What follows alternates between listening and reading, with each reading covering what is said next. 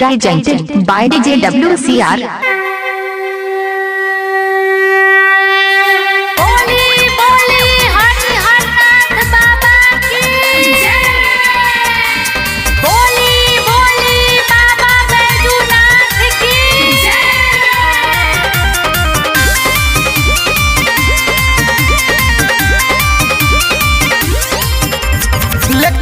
बानी हम भंगिया धतूरा हमारो सपनावा के कई दिन पूरा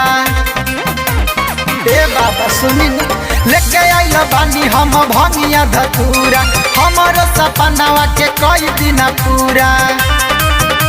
रही हम जागल भइल बानी पागल यो मीठी बतिया से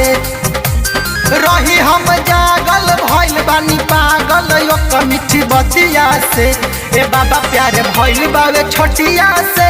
कि जल हम ढारता नी लोटिया से कि शादी मोर कराई दी छोटिया से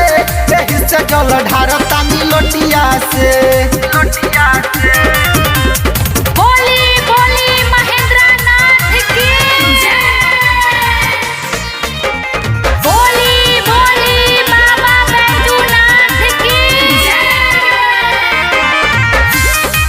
Presented by DJ WCR. जैसे गणेश के वो सही हमारो पिताजी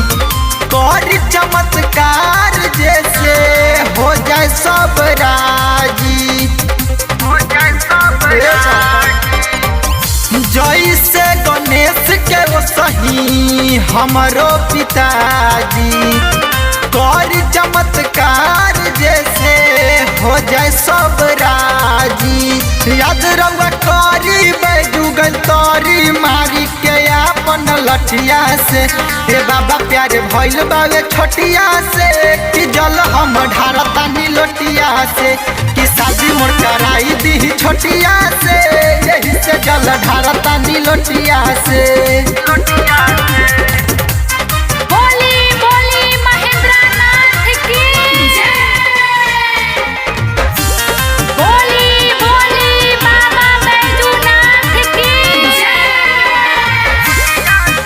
Presented by DJ WCR. हाथवा हम जोड़ले बानी